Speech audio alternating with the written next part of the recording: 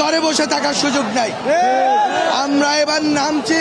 জুলাই অভ্যুত্থানের অন্যতম পুরোধা এবং অন্তর্বর্তী সরকারের সাবেক তথ্য উপদেষ্টা মাহফুজ আলম ডক্টর মোহাম্মদ ইউনূস, যাকে বিশ্ব মঞ্চে পরিচয় করিয়ে দিয়েছিলেন গণ অভ্যুত্থানের মাস্টার মাইন্ড হিসেবে।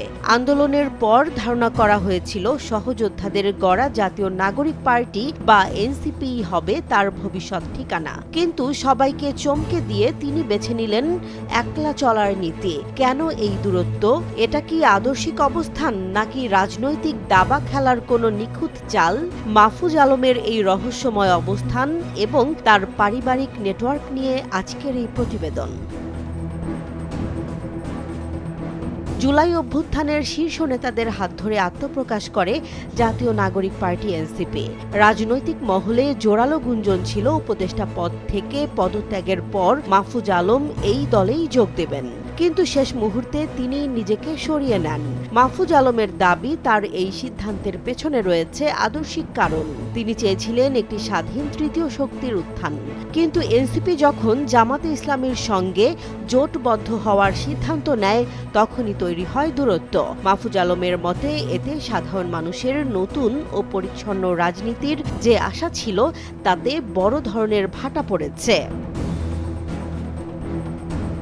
মাহফুজ আলম স্পষ্টভাবেই জানিয়েছেন, জামাত কিংবা বিএনপির মতো বিদ্যমান দলগুলোর সঙ্গে জোট করার বিরোধী ছিলেন তিনি। তার ভাষায়, মানুষ চাচ্ছিল যারা তুলনামূলক নতুন, এনার্জেটিক ও প্রমিজিং তাদের নিয়ে একটি প্ল্যাটফর্ম আসুক, কিন্তু এনসিপি বাধ্য হয়ে জামাতের সঙ্গে জোটে গেছে বলে দাবি করলেও তিনি তার আদর্শিক অবস্থানে অটল থেকে একলাই পথ চলছেন।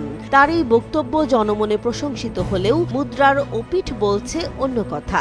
সামাজিক যোগাযোগ মাধ্যম ও রাজনৈতিক বিশ্লেষকদের টেবিলে ঘুরপাক খাচ্ছে এক ভিন্ন ধর্মী সমীকরণ। মাহফুজ আলমের একলা চলার বয়ানকে চ্যালেঞ্জ করছে তার পারিবারিক রাজনৈতিক অবস্থান।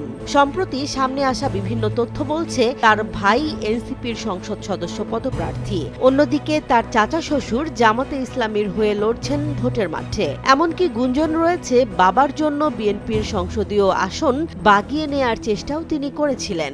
এই যদি হয় বাস্তবতা, তবে মাহফুজ আলমের তৃতীয় শক্তির স্বপ্ন আর তার পরিবারের সর্বদলীয় সংযোগ কি একই সূত্রে গাথা? সমালোচকরা বলছেন এটিই হতে পারে মাহফুজ আলমের আসল মাস্টার স্ট্রোক। আগামী 12 ফেব্রুয়ারির নির্বাচনের ফলাফল যাই হোক না কেন, একটি বিষয় পরিষ্কার, ক্ষমতার কেন্দ্রে কোনো না কোনোভাবে মাহফুজ আলমের প্রভাব থেকেই যাচ্ছে। উপদেষ্টা থাকাকালীন তার বিরুদ্ধে আর্থিক অনিয়মের কিছু অভিযোগ তোলা হলেও বড় দলগুলোর রহস্যময় নীরবতা তার প্রভাবকেই স্পষ্ট করে। একদিকে এনসিপিতে ভাইয়ের প্রার্থিতা, অন্যদিকে জামাত ও বিএনপির সঙ্গে পারিবারিক যোগাযোগ। সব মিলিয়ে যে দলই ক্ষমতায় আসুক, মাহফুজ আলম থাকছেন সবচাইতে সেফ জোনে। আদর্শিক বিশুদ্ধতা নাকি সুদূর প্রসারী রাজনৈতিক কৌশল?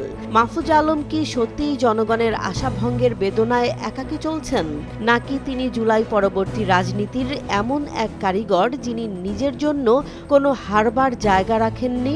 আন্দোলনের মাস্টারমাইন্ড থেকে আগামীর রাজনীতির আসল নিয়ন্ত্রক হওয়ার এই যাত্রায় মাহফুজ আলম শেষ পর্যন্ত কোন পরিচয়ে টিকে থাকবেন, সেটি এখন দেখার বিষয়। জেসমিন জাহান, নিউজ ডেস্ক, জনবাণী।